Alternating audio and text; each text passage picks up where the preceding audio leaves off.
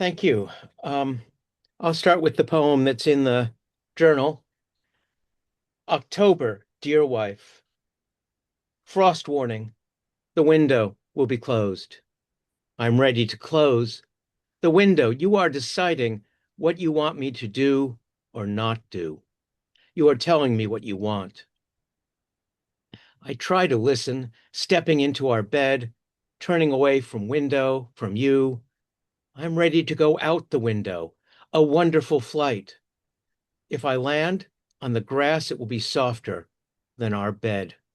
I'm exhausted, with feeling sick. Not your fault. I only want to straighten books, wash dishes, plant a plot with hyacinth. I'm holding on, as you asked. I'm letting go, as you asked, my hands off the windowsill. I lie down in our bed, not touching anything. And then I have a newer poem that I'll read because, Arielle's blood bank made me think of it. The hunt. Lie back. Think large veins, easy targets for mental exercise. The blue listens less. Vessels abhor a vacuum. Relax. Tubes do what they do. With no thought, the nurse applies a heat pad in hope. A long wait with warm arms. Stand by to be poked. Scar, tissue after weeks of draws, insertions make targets harder to hit. Hold my arm, slap, slap, oh my veins, won't one of you stand out for the needle? Thank you. The poem of mine that is published in this issue is called Blood Bank. I gave blood today. It slithered its way out of my arm like a serpent of dark rusted silk as I sat in the back of a mobile blood bank with my feet up, reclining, half captive, half queen, sipping water and nibbling tiny crackers that kept falling into my lap like confetti for this ceremony of exhaustion. Near me, she bloomed in yellow, matching glasses, shoes, and purse, peeking from around her hip, a sunflower tethered to a seat, grinning as she ticked through the endless parade of to-do lists. We commiserated. At last, an hour unclaimed. A deep breath, a reprieve. Who looks forward to the sting of a needle, the opportunity to be closed up in the back of a van for permission to stop? Mothers. We beseech the medical staff as they bandage our veins, our tired smiles in place, coffee waiting. Can we stay a little longer with our feet up? Awesome. Okay. Well, thank you so much for putting this on. It's a real pleasure to be here reading with you tonight. And I will be reading two poems. They're both kind of about the end of the world. They'll both be in my next book that's coming out in spring of 2027. And I will be reading the one from this issue first. It's called Melancholia. I lie sometimes or lie by omission when I can't deal with their feelings, their sorries, make them feel better. So I say two siblings and leave out brother, or just start talking about sisters no matter what they ask next. But sometimes you cannot be avoided. Predicate with no subject, joke with no punchline, earth with no atmosphere. Then I imagine Earth with no atmosphere, wonder if we'd all fly into space. But no, that's gravity. There would still be gravity. Or burn, or freeze, or suffocate, or what first? I'm no astronomer, philosopher, if we would be emitted or omitted from Earth. And sometimes I think of Kirsten Dunst in Melancholia, and I get it, girl, I always got it. Or would it be like when you floated away and I never saw you again? No air, no heat, no cold, no gravity, no dinosaurs, no Christians, no dentists, no aliens, no air. Nowhere to hide while I watched our mom screaming, then floating away. Then I floated away, from Earth, fried food, cats, microplastics, greenhouse emissions. And Kirsten Dunst's face as that other planet got ready to collide, and her sister crying and screaming because they were all going to die, even her son. But Kirsten Dunst's face was serene, so glad that shit was done. This little zoo of misery and wonder and never trusting good news, because I'm constantly bracing for impact, because someone got tired, someone was so tired, someone left the gate unlocked, and you blew through it. You had to escape this atmosphere, this god awful place. And sometimes I say, I had a brother, but he's gone now. And my second poem is more about the end of the world and how we as humans instinctually try to pretend like the world's not ending. Um, and it's called The Solar Flare Will Set Us All on Fire This Saturday. But we're still thinking of heading down to the river, eating pork rinds and playing chicken. We'll barely watch out for algae scum since our mother's terrors were conquered by good river shoes. So this Saturday, we'll waltz across rusty-haired stones like sunburnt apparitions, like superstars, like Christ, we can't believe it ends this Saturday. This Saturday, we'll tote our canoes over shallows, our little piggies safe from slippage as we bask one last time in nature, God's glory. This biodome, a luxury hotel, made perfectly for us, and nothing's colder than a beer on the river. Nothing's colder than the river once the sun goes out. Or will it pop like a cherry, like a turtle under a tire, like Christ Almighty so pissed at all us kids? Is it too late to say we're sorry, so sorry? Promise with big scared eyes to clean up, fix it, dear Lord. Where will the herons go, the loons, the little minnows, with nowhere to take cover? Thank you very much. Well, thank you very much for including me in the issue, and I'm glad I have a chance to read to you all. Can you hear me all right? Yes, sound good. Great. I'm going to read the poem that I have in the issue and then just a short one after that. This is called For I Will Consider My Orange Action Figure, and it's after a poem by Christopher Smart. For he is the most faithful of all the items on the sill. For he stands, as he has for years, astride a lucite cube that contains the whole world. For the maps on that globe still proclaim the Soviet republics, and the cube bears the insignia of Cubic Automated Revenue Collection Group. For he lunges deeply, eyes red, teeth bared, winged cap edged with cobweb. For he lifts his throwing star behind him, ready to fling toward the plant pot. For the throwing star is larger than his head, its circumference greater than the round of his waist. For he holds one arm before him and makes of his body an arrow. For his loins, calves, and boots are translucent and gleam even on dull days. For he has nothing to say to the paperweight with its spiral of tropical fish. For the computer and stapler know him not. For his chest and fist still bear smudges of the road where he appeared to me. For I plucked him up and took him home because I wished to be that sort of person. For I recall how my small son dropped to a squat at the sight of any bit of colored plastic on the ground and had to take it in his fingers. For that child has grown, but his Z-bots still tangle in the carton with the wooden blocks. For the sill is littered with crisp geranium petals and ladybug husks, while the action figure keeps his face locked on the future.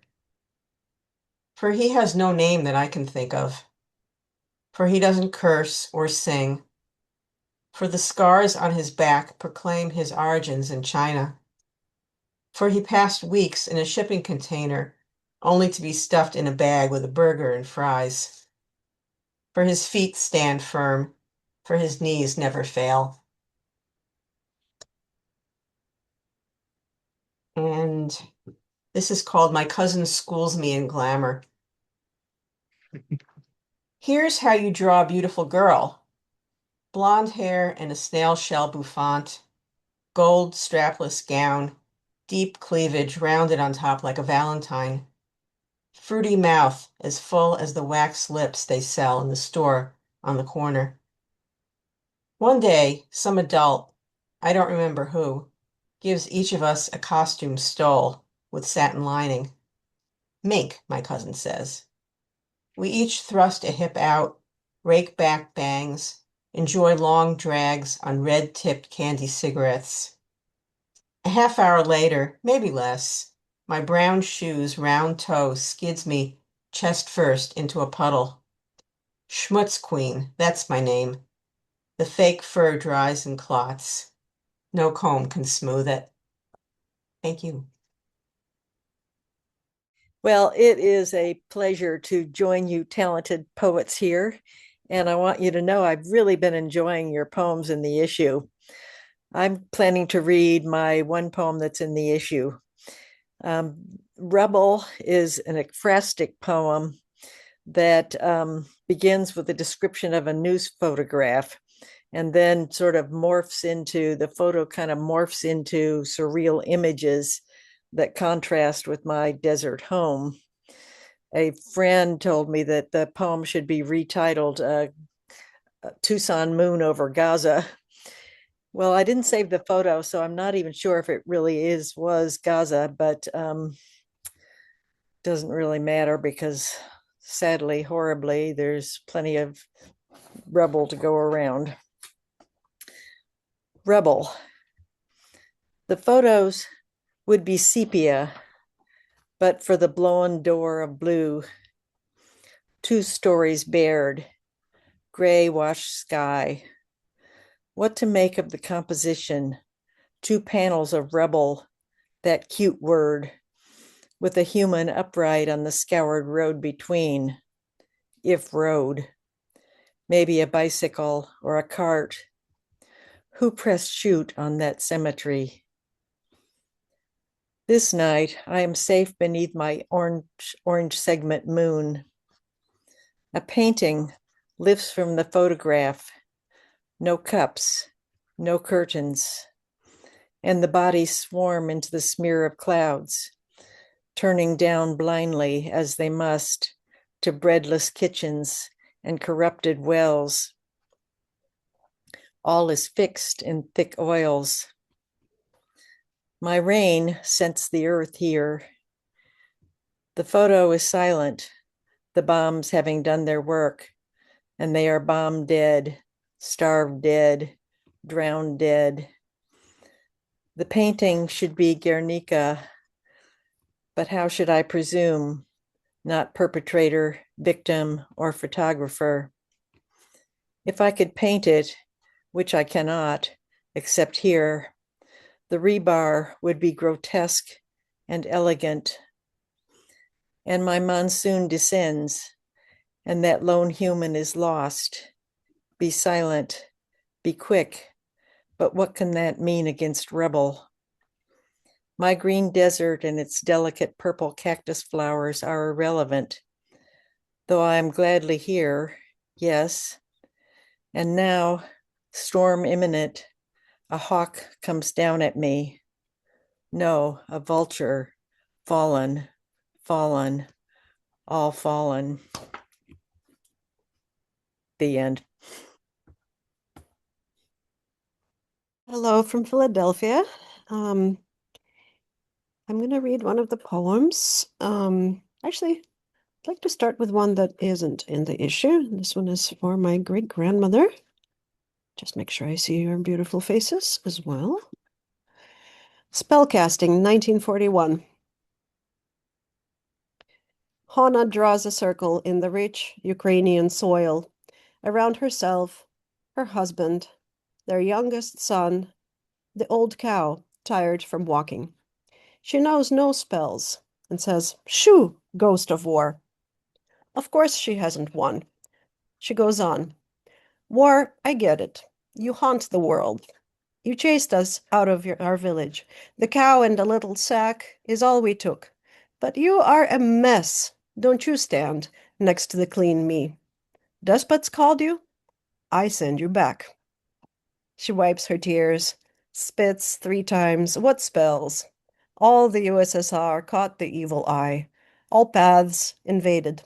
Hana longs to scream, yell for help. Instead, she whispers her salty truth. My older boys, my Osia and my Simeon, left for the front. I prayed for them and rubbed the wall. Prayed and rock, made a damp dent on the wall. Then, no thanks to you, I shrugged off my whole home. You don't leave a dent on my soul. War beast, whoever sent you here, you can't kill my beliefs. You come from we Hitlers. I come from Eve. A bridge was blown up. We'll swim to the other shore of the Tillihul River. The cow, too, heads held high. The enemy finds us, that's what matches are for. I would kill myself first. I choose the way I die, and I want to live. Do you want me to wail? I picture a descendant trapped in her own grim war. She stays up, thinking me with a smile, looking up the big question. Can cows really swim? And here's one here's one from the issue. One moment. Look it up. Yeah. So this one is also for my elders and the elder women, the women of my childhood. The title is I Sing You Cake. I sing you cake, sugar I sing you, fireworks of egg whites, the complex cake of peace. My holiday might not be the same as yours, but you too know survival, can see frost in a trench, the warrior's fixity in his living grave. Then the transfer and 2 whole days of leave. His children's faces are sons. They have lost baby teeth. Sweetness resurges blazing. He walks hand in hand with them, sleeps by their side, and wakes beside them. My girlhood I celebrate, women baking, the queen of all strudels. The restful sound of sugar pouring, whisk's staccato strut, solemn rolling pin, sculpting plumpness into petals. I sing the disappearance of this common effort when we emigrated, learning again how to talk, to move through a street, long years of frustrated longing. I celebrate the return of recipes, my mother's quiet mirth on the phone, laboring the cake of Yiddish, Honig leckach, honey licking, into existence. Clear honey she now pours. I sing you, reader, accidental audience of our wounds. War is the lump in our throats, the Dybbuk with foul breath, disembodied animal faces, staring us down in Gogol's story. Oh, apple of discord, Charlotka filled with tender apples, meringue's top so crisp it shatters at the touch of a spoon. Soldier's future rest, I sing, the future yours and mine. Butter, fluttering, flower, dawn. Thanks for listening. Hi. Hello. Hi. Thank you for having me. Thank you for having me in the journal again. It's such an honor. And I have to say, I'm sorry for being late tonight, but I'm up against a lot of parades here. I'm in New Orleans, and I chose poetry over parades. So, and all of you, yeah. So I'd like to read just a real short itty bitty one that was published in the summer in the Argyle Literary Magazine, and then I'd like to read the one that is in the journal. And this one, I've driven cross country. I grew up in New York City. I lived in California. I've lived in New Orleans. I've driven cross country a lot, and this is sort of like just an amalgam, I guess, of some of those trips. And it's called Two States on I-80. Rust sings in heated keys through these dankest days, machinery left untidy in dark blonde fields barely noticed from the interstate. Blue with universal appeal, if I warble my way to you with the heaviness of the sky come down upon us. Narrative nests, even in chaotic rhythm, untold or unintended, we find it. You always think transient joy is the answer, but not right now. We could stop for a cigarette anyway. I like to watch you smoke. When the 2 a.m. sky royals green, I will not wake you until I get us to a gas station or at least an overpass.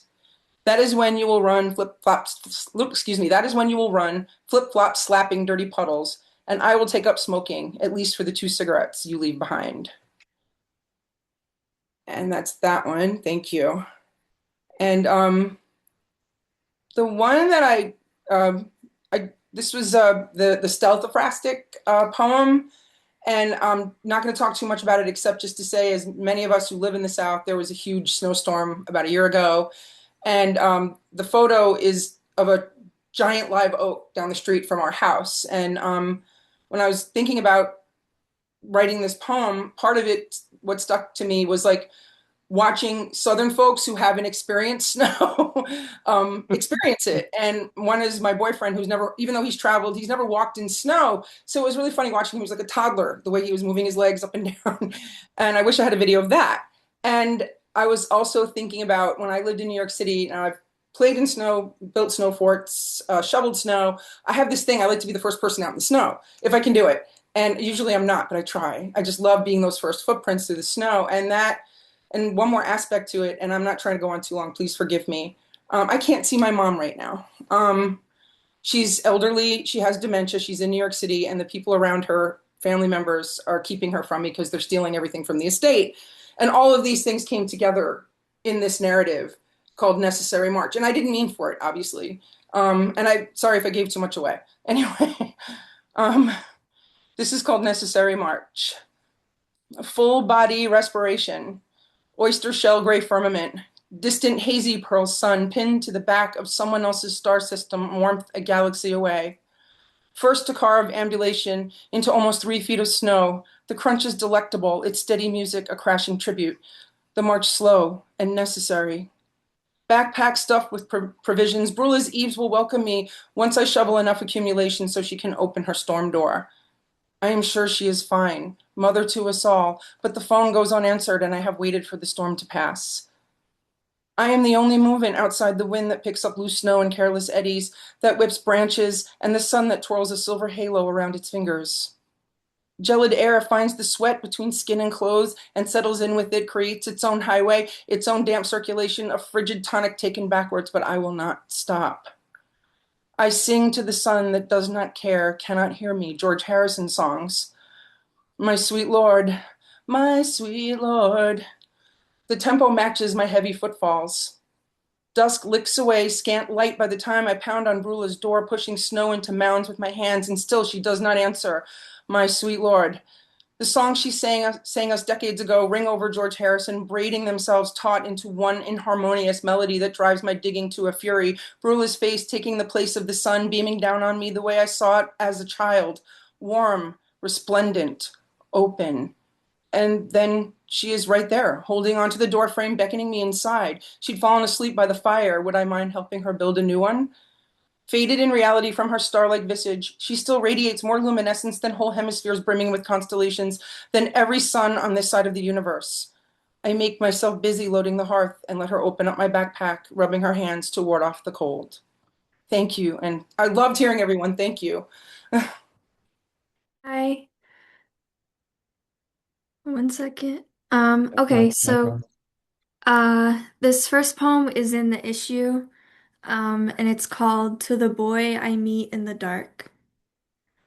Darkness so obsidian, I keep kissing your left eyelid. Us, in my father's basement, talking about how we're scared of our fathers. Hush, footsteps harsh above like hail breaking on our heads. Outside, September. The sun still gives us its best go. You want to know. January, will we survive? But first there will be orange in autumn and frost edging up windshields in the night. Dread up the base of your spine. Allspice, reddening, leaves, knuckles, crests of years when father insults mother, readying to let go. I can't let go. Even now your heartbeat quickens when I hold your hand. Even now September sounds like sacrifice. Sounds like the mice afloat in the pink insulation holding their breath with mine. Attention so viscous our jaws lock on it. A life I birth alone, the only midwife, the gathering cold. Um, and sorry if you can hear the dog. Um, the next one I'm gonna do, the last one is called Admittance. Bones harpoon the soul, pin prick, trapped in the cathedral of our skin. How and why? This flesh does not suffice, does not sustain, does not carry us far. I want to live a million lifetimes with you, sister. Soul, pink, effervescent, tinged by illness, by horror movie shtick, talking to someone who isn't there. Schizophrenic kitsch. I spent my whole life afraid of the voices only you could hear. Now you are apart from me, a part of me. Sister, I have traveled far to tell you. I hear it too, like a whirl of wind in the swirl of my ear. A hiss, a hum, a male voice I've never heard before, now sits commandeering at the base of my skull, now reprimands every thought, sees every movement before it's made. How can I be afraid? You were there first, the oldest, the anointed by whatever chemical imbalance. Now I understand. I am ashamed of my childhood spent in fear. I want you to know that you're not alone, that I listen for your words the most. Thank you. I'm going to read is in the new issue of the Hemlock Journal. It's called Veronica. Slip silverware neatly into patterned white skirts. Invert chairs on tabletops just as they were this morning. Punch the time card to put the day out of its misery. Equilibrium is achieved. Everything back where it started, except she is one day older, with one more shift's worth of pain in her hip, one more disappointing collection of loose change and crumpled bills transferred from apron to purse, one more hardened piece of pie to bring home for her son, a knotted brunette mess released from ponytail to greet tired shoulders. She should be dancing somewhere, or floating on silk sheets in ecstatic collapse, her lover gathering his clothes, leaving her to good books and wine. At least the truckers, their mouths, their hands, can't touch her where it matters. Red lipstick and a stack of menus. In her head, Veronica's lover is returning from a long day in the fields, flowers in hand.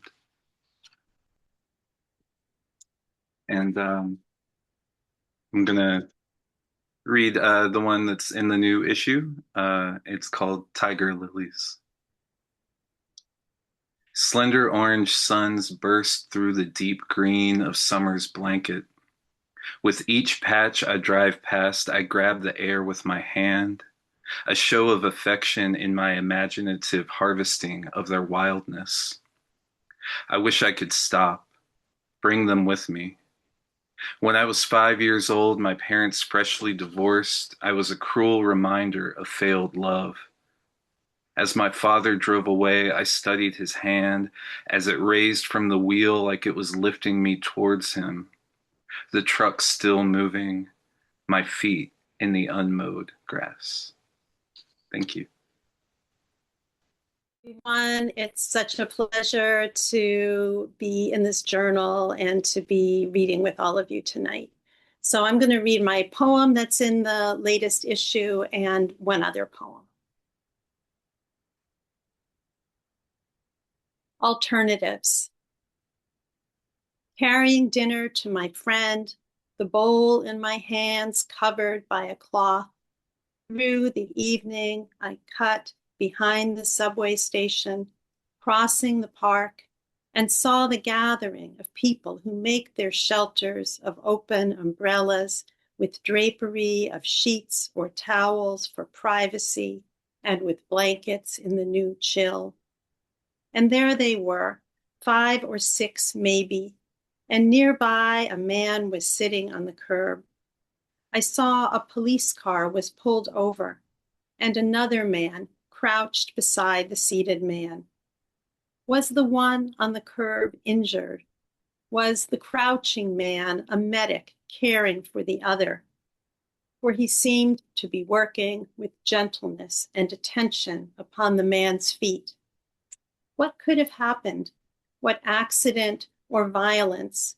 For now I saw the police car was at an awkward angle, as if the stop had been urgent and sudden. And then the man on the curb was helped to his feet. And then I saw his hands behind him and understood it was shackles the other man had been securing, not a bandage, not a cure or relief. But the shackled man moved easily, almost readily into the back of the car as if he were receiving something he needed. And I considered this possible sliver of truth as well as its alternative.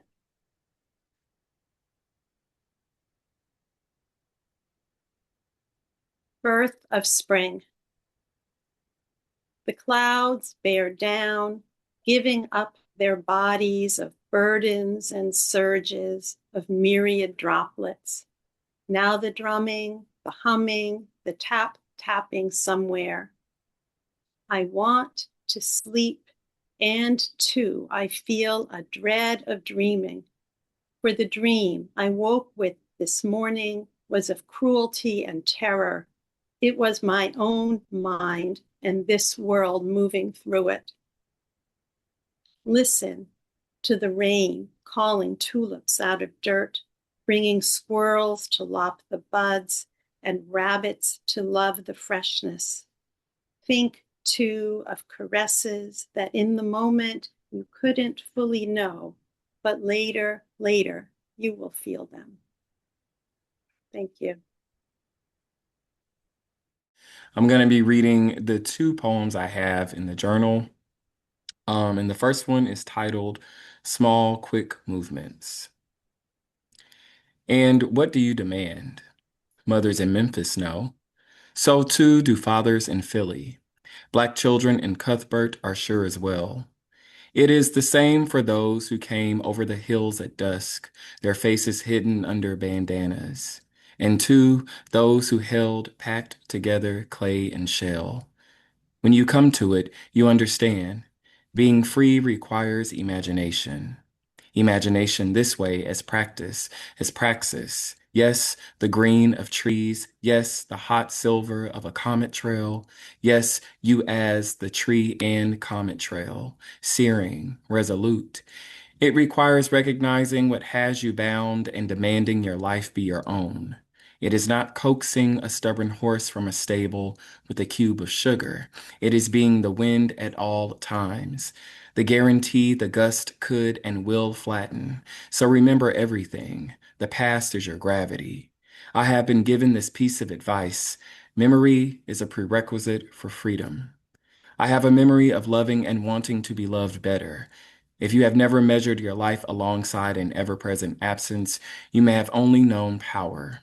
If you have never known an ever-present absence in that way, you cannot imagine freedom. When I began living without the governance of heaven and hell, I became a full thing, a drunken tick on its back. Tonight, the people everywhere are in the streets again, are down on their knees with messages that measure the shapes of their lives. They must remember. They must remember what is not their own. They must remember there is a future to be had. And I will read my second one from the issue, which is called Aquarius. There is no feeling in the memory, coming through the canal into light. So perhaps I seek it, coming alive. I rise at dawn, I put my feet to the floor, I see the giant magnolia reaching two ways and I give thanks. But it is not enough. I have to push it. I had to take you back against my will right there in that bar. It's how I finally understood free will. Then it stormed for months. It was like the irritable start of spring. Everything brought on by a vase submerged in a river. In one version of the myth, the lovers sailed for days on a ship the husband built. He had anticipated a flood. Did it feel that way to you? Not like being thoughtful, but mythic, grand, as if we were a great flood. Are not two bodies together at play the making of a sea? Music used to play and I lay there dancing under you. You sent small fires up the walls and I'd bury my hands in the fields of your hair. Today, if I ran into you by the tomatoes, I'd fake as if I did not want to know the reason you suddenly kept yourself from me after complaining I was analyzing you.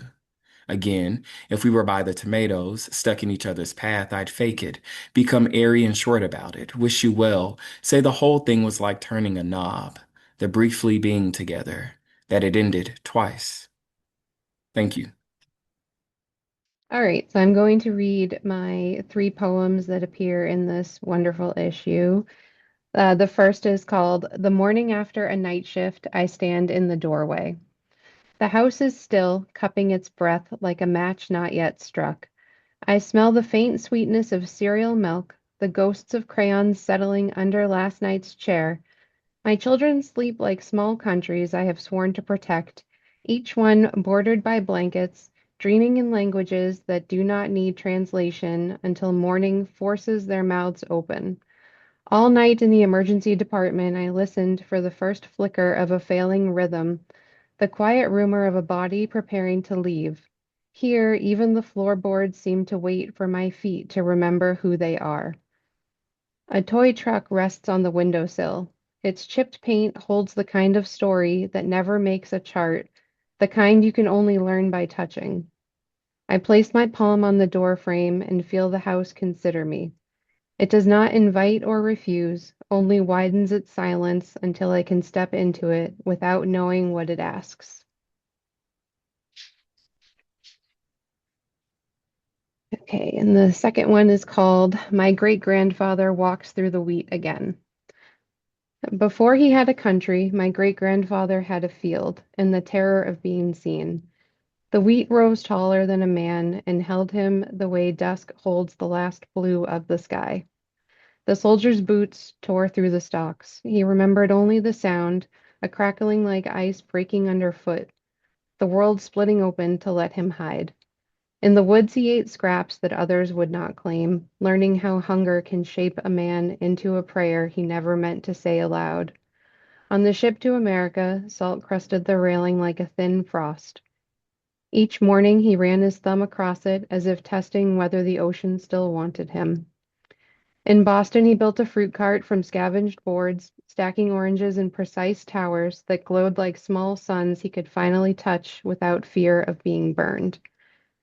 When he told his children, "Never let anyone tell you you are not Jewish," his voice stayed quiet, a soft current moving through the kitchen air, certain as dust refusing to lift, even when the door swung open and winter pressed in hard.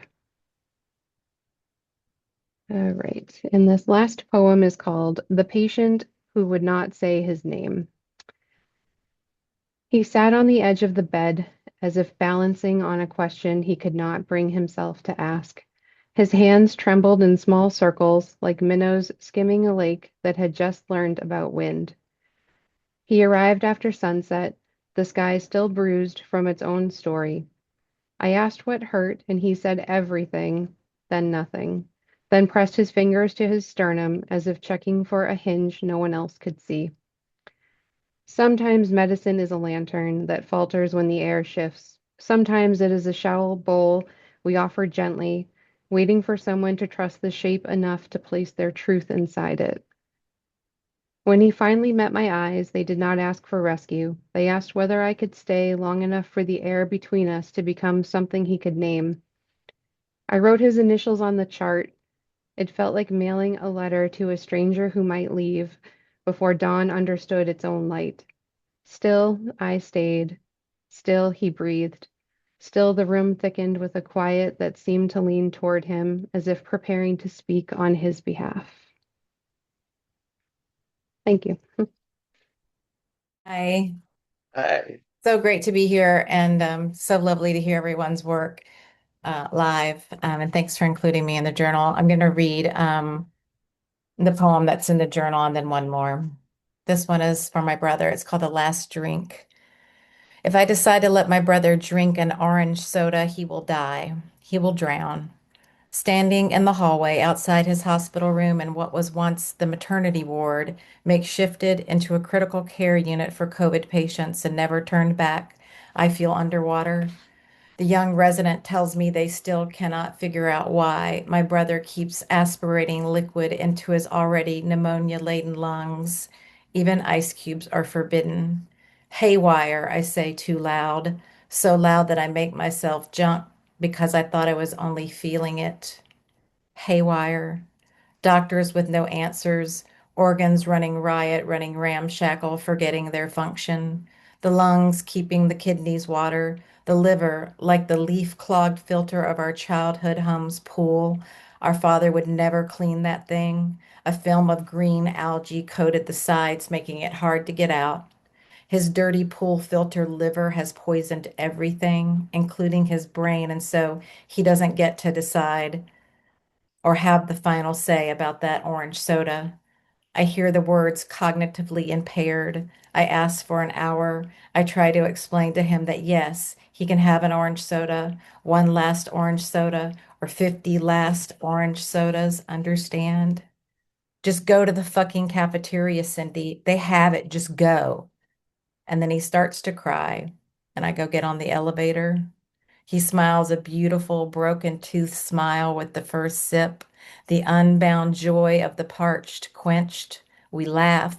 He becomes so clear after a few more sips. He says he's hungry. He hasn't eaten in days. We order a mushroom pizza from Pizza Hut and watch Matthew McConaughey and Lincoln Lawyer on his iPad.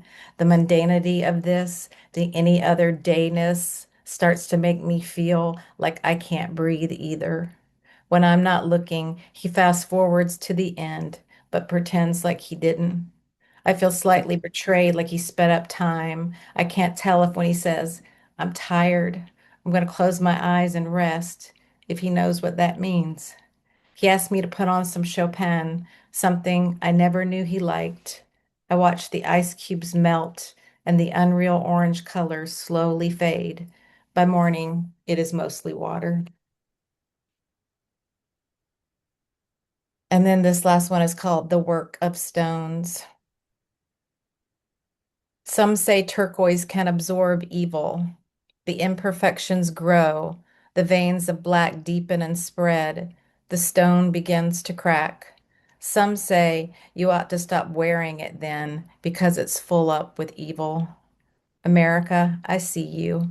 Your silver belt buckle with its saucer-sized stone, the black crack running through the middle like a negative lightning strike, like a blown-out vein.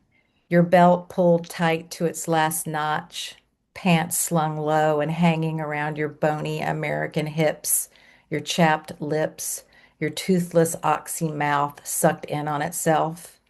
America, I've got Narcan in my purse.